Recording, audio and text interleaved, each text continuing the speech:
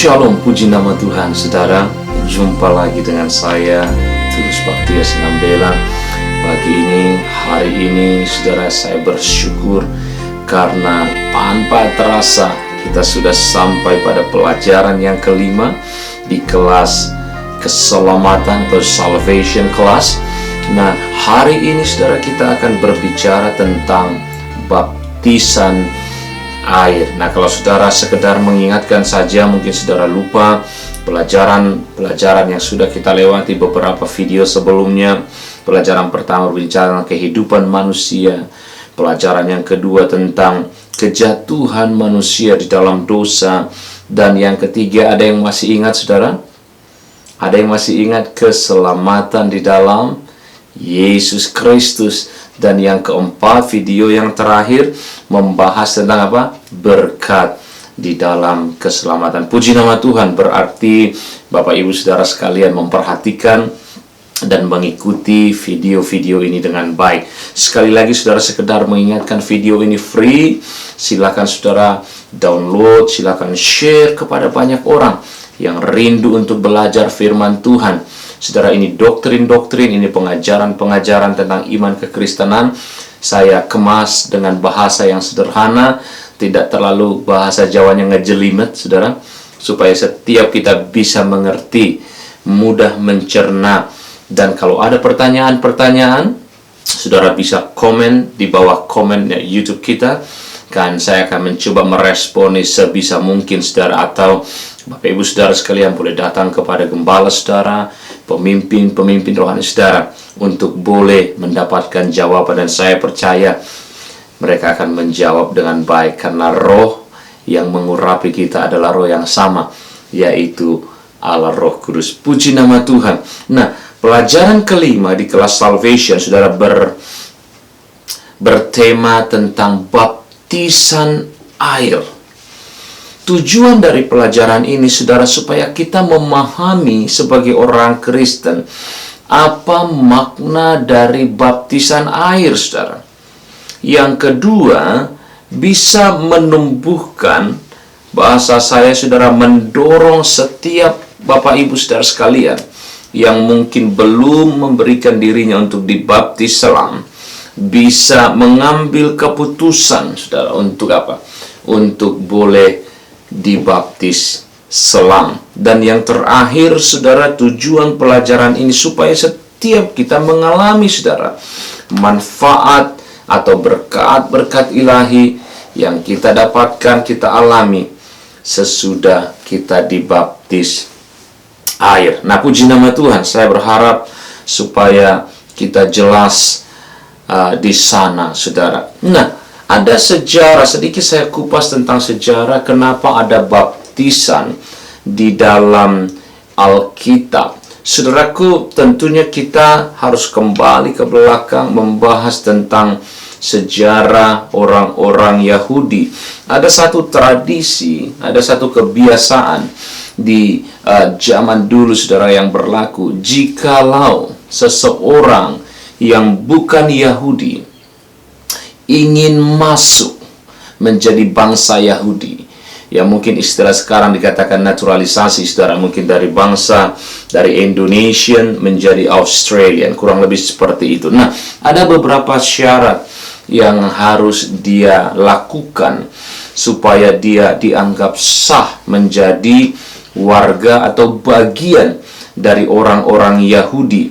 Saudara, orang-orang yang bukan Yahudi ini mereka sebut dengan tevila, saudara, ya. Ini kalau dikatakan upacara baptisan tevila, saudara. Jadi orang dari luar ingin jadi orang Yahudi, ada syaratnya. Nah, ada beberapa syarat di sana, tapi yang sering kali yang kita mau bahas hari ini itu, mereka harus dibaptis ala Yahudi dan kemudian mereka harus disunat. Dua hal utama ini, ada beberapa syarat lain, tapi dua hal utama ini harus dilakukan, saudara.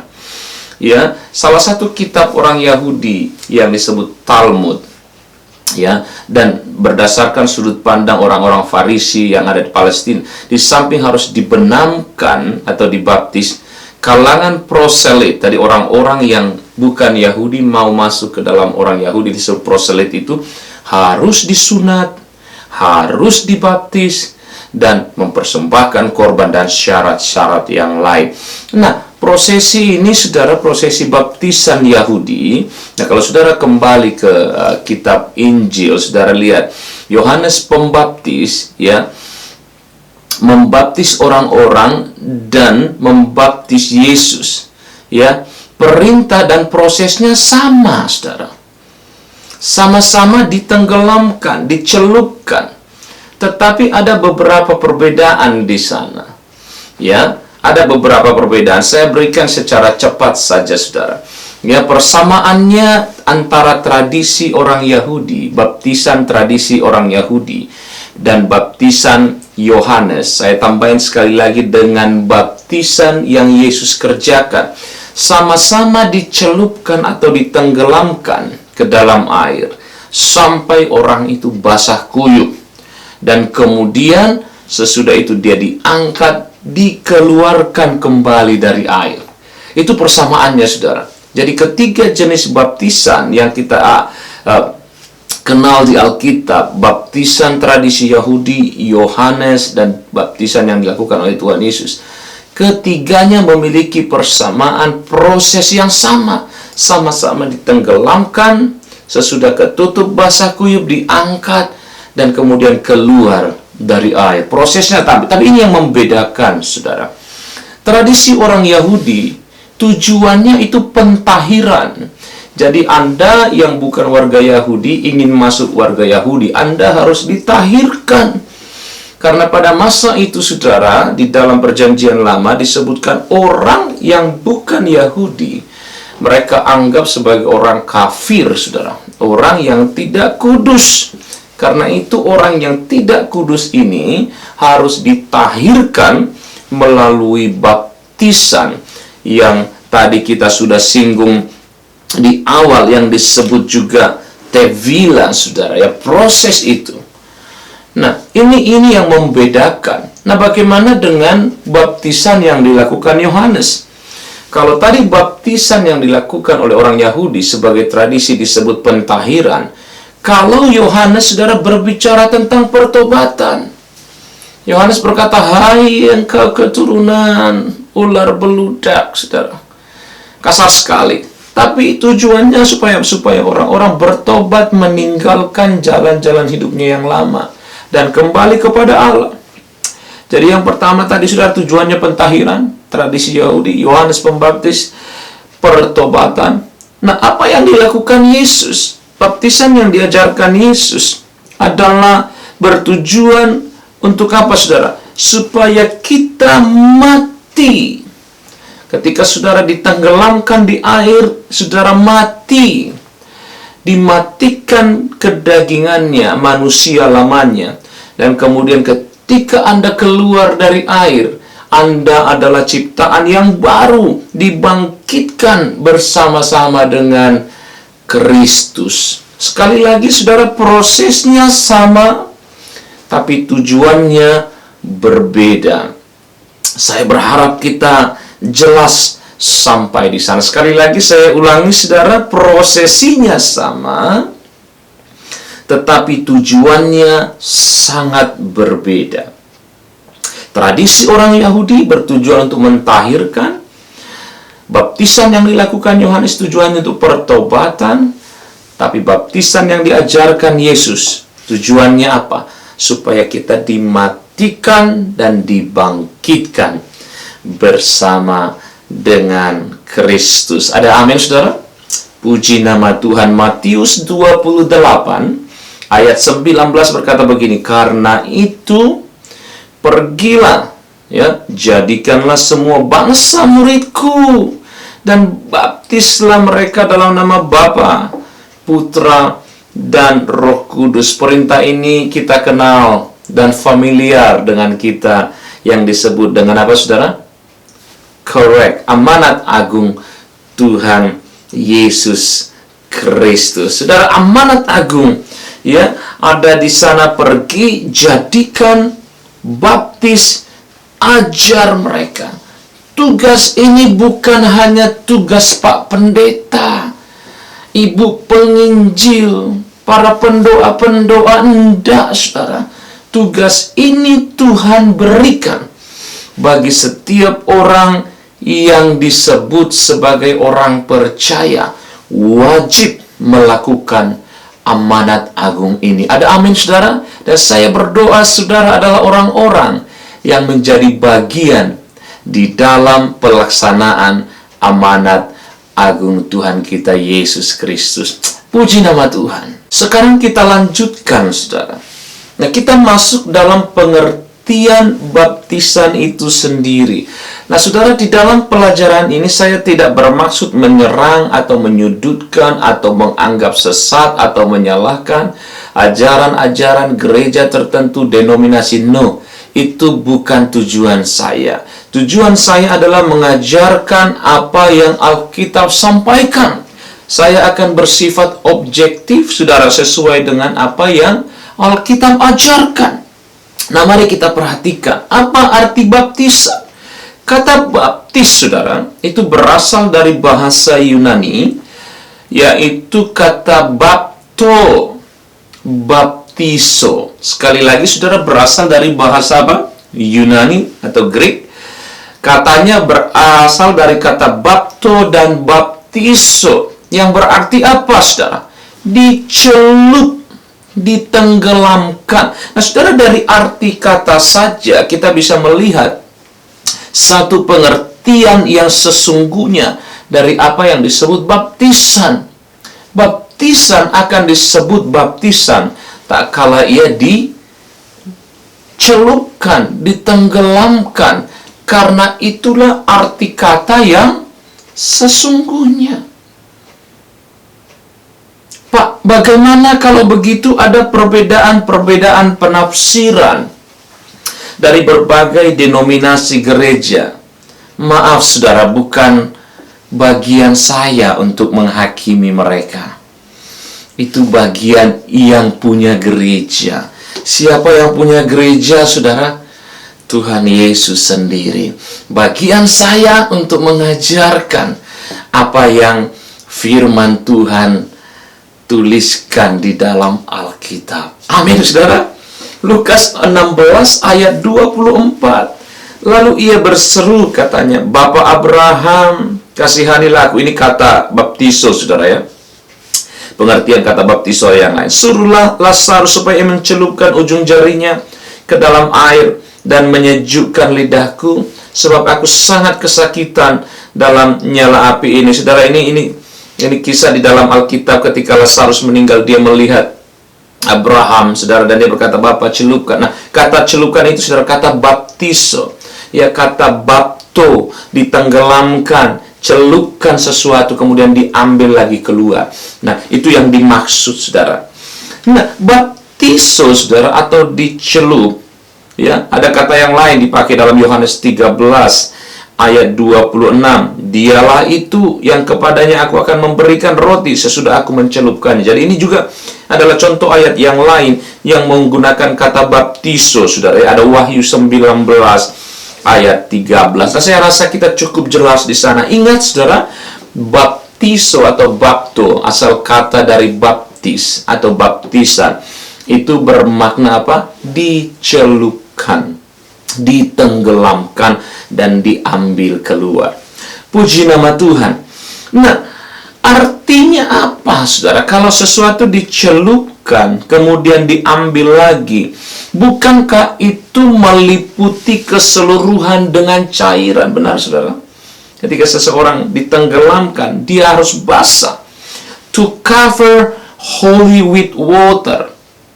Jadi tidak cuma sebagian, tidak cuma ujung kakinya, tidak cuma sebagian sampai bahu. Semuanya harus tertutupi, saudara. Mencelupkan sesuatu ke dalam cairan, kemudian mengeluarkan kembali fully wet dalam bahasa Inggris. Dibanjiri, dicelupkan, dan dibenamkan. Nah, itu pengertian-pengertian yang lain dari kata baptiso itu sendiri. Saudara, jelas sampai di sana?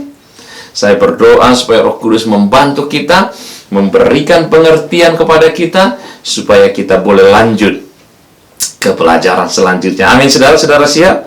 Puji nama Tuhan. Baik, nah pertanyaannya, Pak, mengapa orang Kristen harus dibaptis?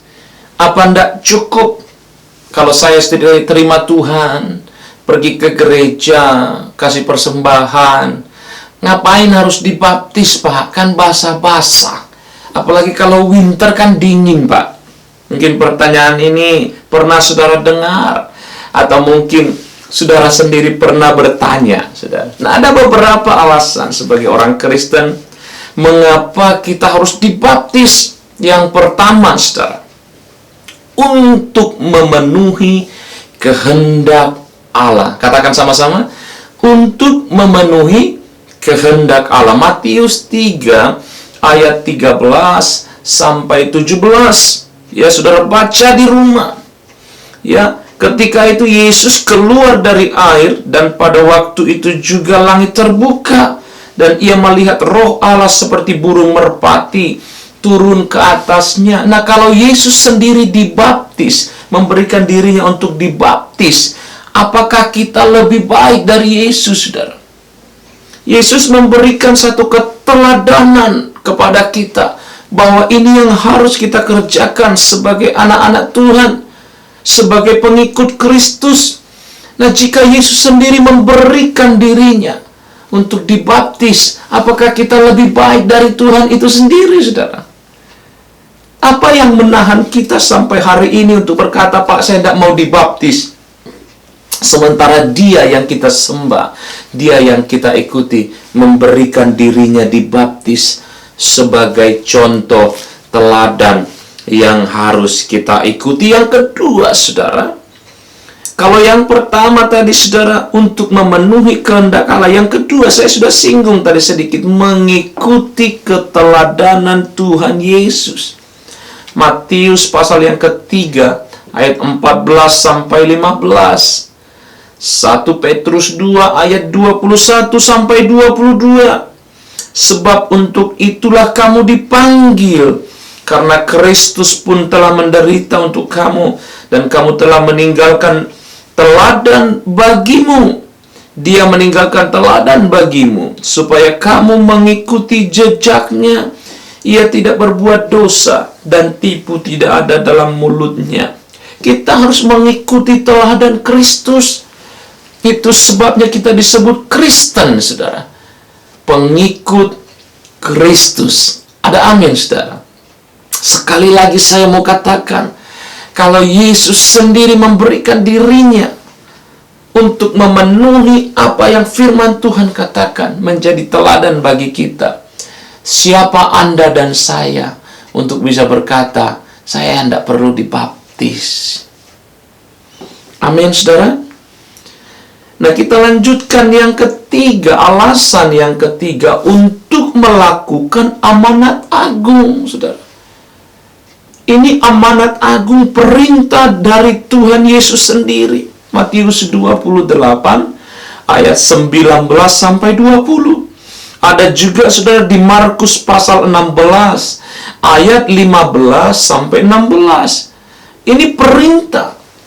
Ini amanat, saudara. Bukan anjuran, bukan pilihan, bukan himbauan. Berbeda, saudara. Sesuatu yang dihimbau, Anda tidak punya kewajiban untuk mengikutinya. Tapi sesuatu yang diperintahkan, pasti saudara harus mengikutinya. Jelas sampai di sana, saudara? Puji Tuhan. Alasan yang terakhir, keempat. Saya ulangi sekali lagi, saudara. Alasan yang pertama tadi untuk memenuhi kehendak Allah.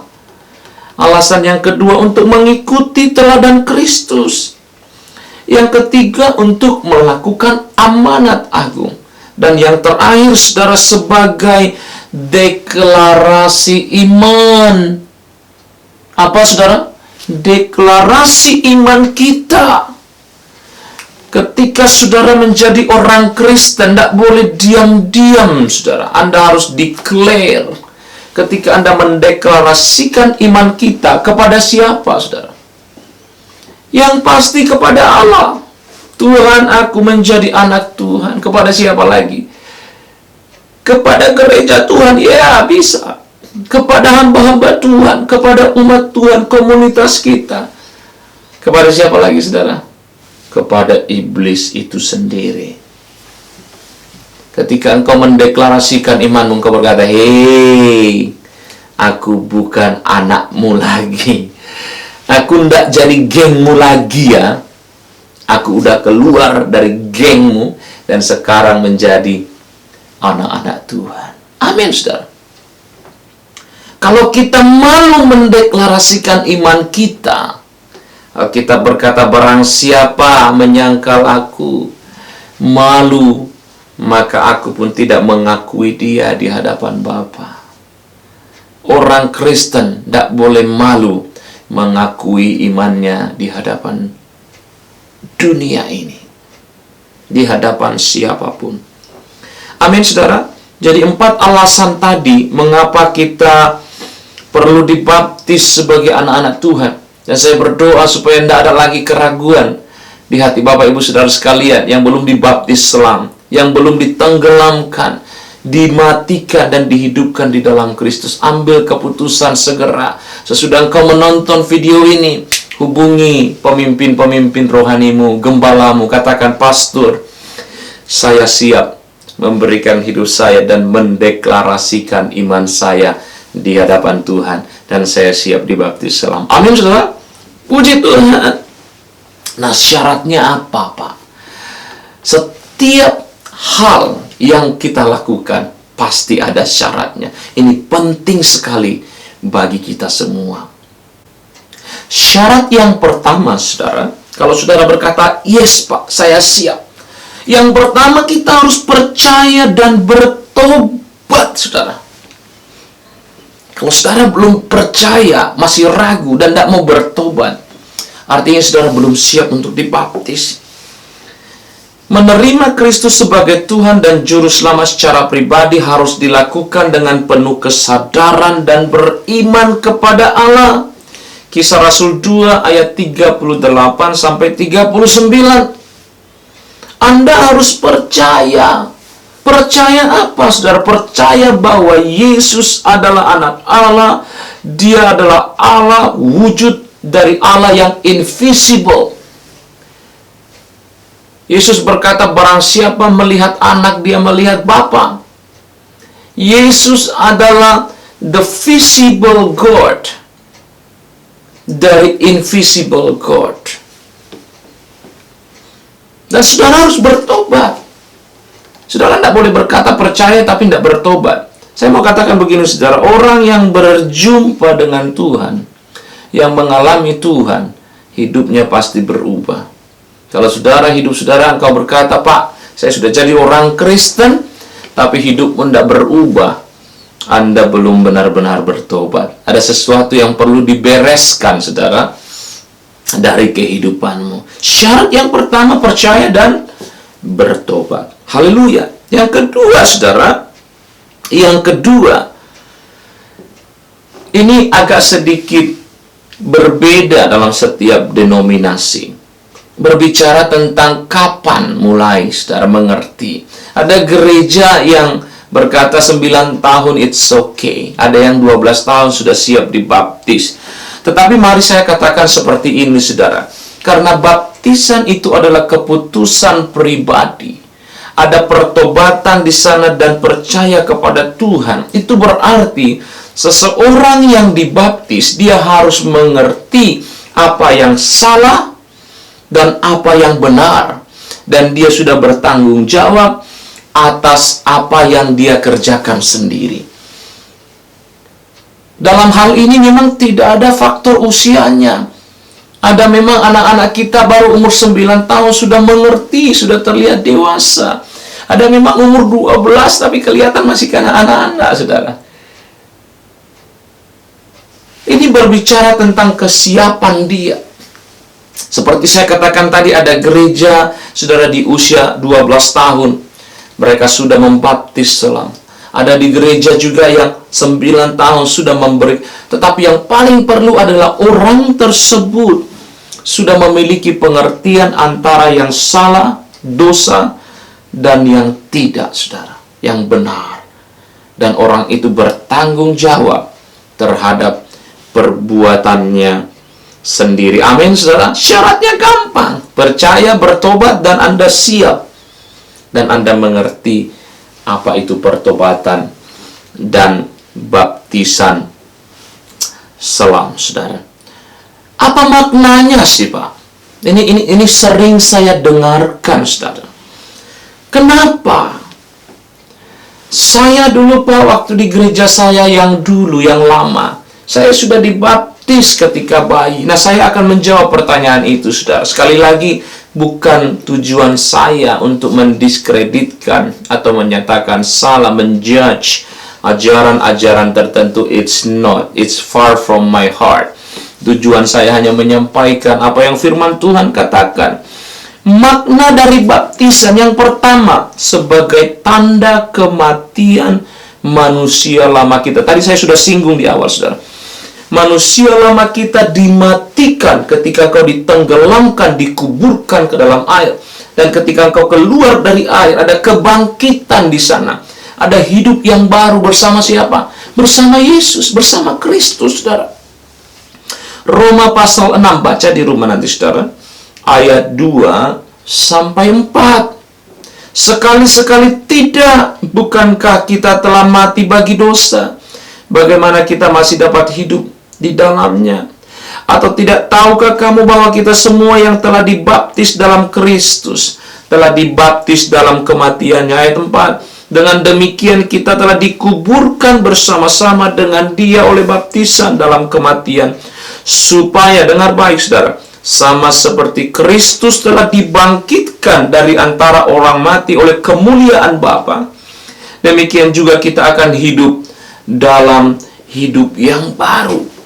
Itu makna yang pertama. Saudara ditenggelamkan, manusia lama saudara dimatikan, dikuburkan, dan ketika engkau keluar, engkau menjadi manusia yang baru di dalam Kristus. Amin, saudara. Bukankah ini luar biasa? Makna yang kedua adalah tanda pertobatan dan kelahiran baru kita di dalam Kristus. Yes, karena saya sudah bertobat, makanya saya mau mendeklarasikan iman saya kepada Tuhan. Matius 3 ayat 11. Aku membaptis kamu dengan air sebagai tanda pertobatan. Ini kata Yohanes Pembaptis. Tetapi Ia, Yesus, yang datang kemudian daripada Yohanes Pembaptis, lebih berkuasa daripadaku, dan aku tidak layak melepaskan kasutnya. Ia akan membaptis kamu dengan Roh Kudus dan dengan api. Pertobatan adalah respon yang diminta Allah bagi setiap orang berdosa yang ingin diselamatkan. Amin, saudara. Artinya apa? Artinya pertobatan harus terjadi sebelum baptisan.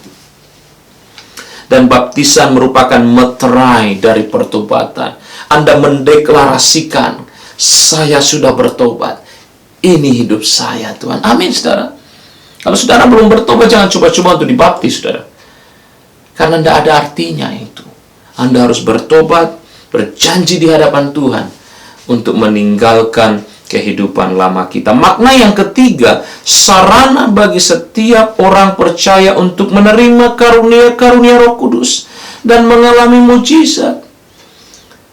Ketika saya banyak melihat, saudara, ketika seseorang dibaptis, keluar dari air, saya banyak melihat pada saat yang bersamaan, saudara, dia keluar, Tuhan penuhkan dengan Roh Kudus, karunia-karunia ada di sana.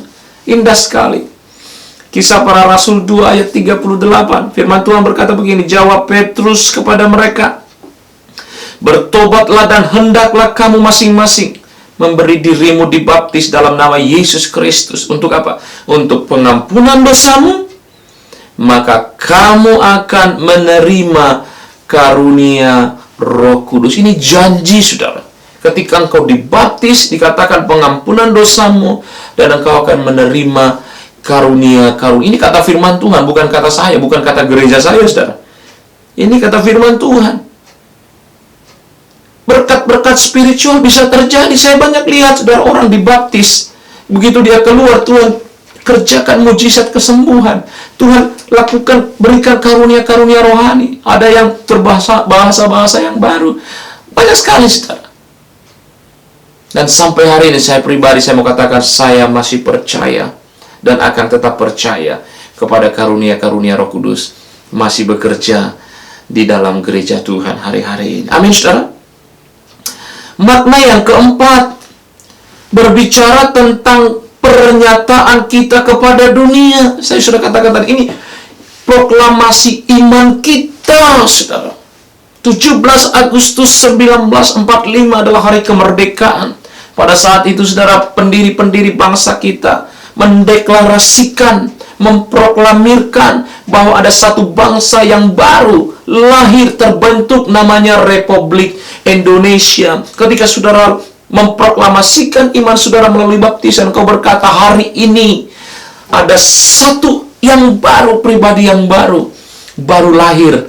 Namanya, sebutkan nama Anda, Tulus Baktiar Sinambela. Amin, saudara. Dan nama saudara tercatat di dalam buku kehidupan. Itu sebabnya kita menjadi pribadi-pribadi yang baru di dalam Yesus Kristus.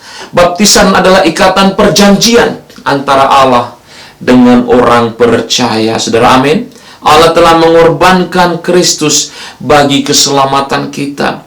Dan bagian kita ialah memulai kehidupan yang baru di dalam Tuhan. Amin, saudara. Amin. Puji nama Tuhan. Haleluya.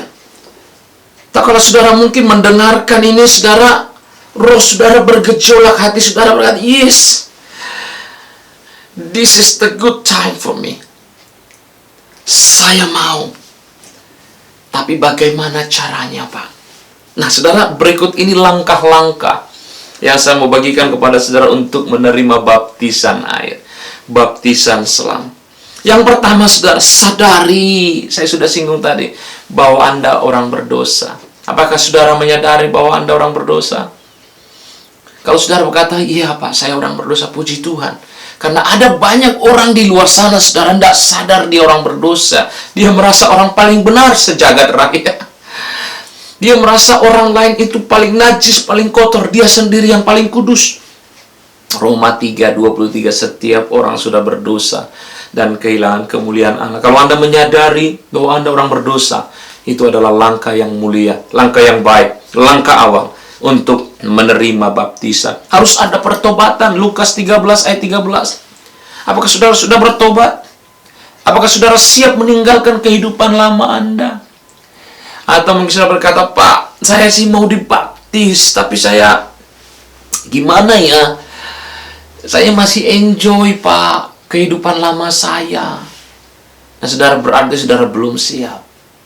Karena ketika saudara mengambil keputusan, harus ada pertobatan di sana. Mengaku segala dosa-dosa kita di hadapan Allah dan mengakui keberadaan Dia dalam hidup kita. 1 Yohanes 1 ayat 9. Beberapa orang bertanya begini, Pak, kalau saya dulu pernah berbohong kepada istri, berbohong atau berdosa kepada yang lain, apakah saya perlu mengakui itu di hadapan Dia? Saudara, pertanyaan yang baik. Kalau engkau bisa akui, silakan akui dan minta ampun terhadap pribadi tersebut. Tapi kalau memang tidak bisa, saudara, karena satu dan lain hal, Alkitab berkata, mengakui dosamu di hadapan Allah. Tidak ada yang berkata di hadapan manusia, di hadapan gereja, saya berdosa. Bapak Ibu saudara sekalian, 35 tahun yang lalu saya selingkuh. Tidak perlu, saudara. Di hadapan Tuhan. Tapi kalau engkau berurusan berdosa dengan orang yang kau kenal dekat, kalau engkau bisa datang, saudara. Amin, saudara. Meninggalkan manusia lama dengan segala dosa dan hawa nafsunya. Yesaya 55 ayat 7. Ini manusia, ketika saudara, sering orang salah tangkap, saudara, salah pengertian. Ketika saudara disebut lahir baru, bukan berarti wajah saudara langsung berubah, tambah ganteng, gitu, saudara. Tidak seperti itu. Mungkin tadinya kulitnya sama seperti saya, gelap. Tapi saudara habis dibaptis, jadi putih, bersih mulus seperti kulit. Bisa saja terjadi. Saya tidak bilang mujizat itu enggak, saudara. Bagi Tuhan tidak ada yang mustahil. Kalau Tuhan mau, Tuhan bisa kerjakan. Naaman 7 kali dicelup, saudara, dia keluar kulitnya bersih. Tapi saya tidak bilang semua kita harus mengalami seperti itu. Enggak. Bukan fisiknya yang baru, enggak, saudara. Dalamnya, manusia rohaninya, manusia yang di dalam yang tidak kelihatan oleh mata ini yang diperbaharui. Artinya apa, saudara? Berarti manusia lama kita, tabiatnya itu kalau kita tidak bergantung sepenuhnya kepada Tuhan, ini mengikuti, saudara. Ini mengikuti kita. Dia akan terus mengikuti kita. Karena kalau saudara sudah dibaptis, dicubit pasti masih sakit, saudara. Saya hari ini kalau saya cubit tangan saya, sakit masih, saudara. Artinya dagingnya masih ada, tabiat dagingnya masih ada, masih lapar kok. Tetapi kita tidak lagi, saudara, dikuasai oleh kedagingan itu. Kalau kita menyerahkan hidup kita, keinginan kita sepenuhnya untuk Tuhan. Percaya kepada Kristus dan firman-Nya. Mulai hari ini, saudara, engkau baca firman, engkau harus percaya janji-janji Tuhan. Jangan percaya kepada Pak Pendeta 100%. Karena mereka manusia, bisa salah kutip ayat, bisa salah motivasinya, bisa salah pengertiannya. Seperti saya dulu, saya juga pernah salah khotbah, salah ngajar, karena pengertiannya terbatas. Itu sebabnya setiap hari kita perlu belajar, membuka diri, baca-baca banyak referensi, tanya Tuhan, baca firman Tuhan. Dan yang terakhir, saudara, menerima Roh Kudus dan mengizinkannya berkarya di dalam hidup kita. Amin, saudara. Sekali lagi di ujung dari pelajaran ini, apakah saudara siap untuk memberikan hidupmu dibaptis selam? Saya percaya, saudara, hidup saudara akan mengalami yang namanya perubahan, transformasi, metanoia. Engkau akan melihat hidupmu yang lama ternyata begitu kotor, menjijikkan. Dan engkau siap menjalani kehidupan yang baru bersama dengan Kristus. Tapi dengar baik-baik, saudara, di ujung pelajaran saya mau katakan, ketika engkau mengambil keputusan untuk lahir baru dibaptis selam, itu bukan berarti jalan yang engkau akan tempuh menjadi lebih mudah. No. Akan lebih sukar. Karena apa yang selama ini, saudara, engkau kompromi bisa kerjakan, hari ini firman Tuhan katakan, no, itu tidak sesuai dengan firman Tuhan. Tapi saya mau teguhkan, saudara, hari ini. Kalau saudara berkata, Pak, berarti tidak susah. Firman Tuhan berjanji, saudara, segala perkara dapat kutanggung di dalam Dia yang memberi kekuatan. Filipi 4:3. Di dalam setiap kehidupan kita. Kalau Alkitab berjanji, firman Tuhan beri segala perkara dapat kita tanggung. Saya percaya, seberat apapun, pasti kita bisa. Ayat firman Tuhan yang lain berkata bahwa pencobaan yang kau alami tidak melebihi kekuatanmu. Tidak pernah melebihi. Berarti kalau pencobaannya kecil, kekuatanmu kecil. Kalau Tuhan izinkan pencobaan, ujian itu berat, berarti kapasitasmu besar. Amin, saudara. Kuat di dalam Tuhan. Jangan ragu lagi. Hubungi gembalamu. Katakan, pastor, saya siap untuk dibaptis selam. Amin, saudara. Puji nama Tuhan. Mari tundukkan kepala dan kita pejamkan mata. Saya mau berdoa bagi saudara. Bapak Surgawi, hamba berdoa hari ini, Tuhan, bagi saudara-saudaraku yang menonton video ini. Jangan biarkan, izinkan mereka untuk goyah. Biar kuat hati mereka, Roh Kudus hari ini jamah hati mereka, supaya keputusan mereka untuk memberikan hidupnya kepada Tuhan boleh bulat dan tidak diragukan lagi. Aku menolak setiap siasat licik dari si jahat, si iblis, yang mencoba membuat mereka bimbang, ragu di dalam nama Yesus, supaya mereka mengambil keputusan yang benar, menyerahkan hidup mereka kepada Tuhan Yesus untuk mengalami perubahan dan memproklamasikan iman mereka melalui baptisan selam yang mereka akan kerjakan di dalam kehidupan mereka. Di dalam nama Yesus sama katakan, amin. Puji nama Tuhan. Kita sudah berdoa, kita sudah belajar. Saya serahkan kepada Anda untuk mengambil keputusan yang selanjutnya. Sampai ketemu, saudara, di video yang akan datang. Jangan lupa subscribe. Ini adalah gratis. klik lonceng di sana supaya setiap kali kita mengupload video yang baru, saudara menerima notification. Dan ingat saudara, ketika saudara membagikan video ini kepada banyak orang, ada banyak jiwa-jiwa, ada banyak hidup orang Kristen, ada banyak keluarga yang akan mengalami perubahan seperti yang Tuhan kerjakan di dalam setiap kehidupan Anda dan saya. Tuhan Yesus memberkati. Shalom.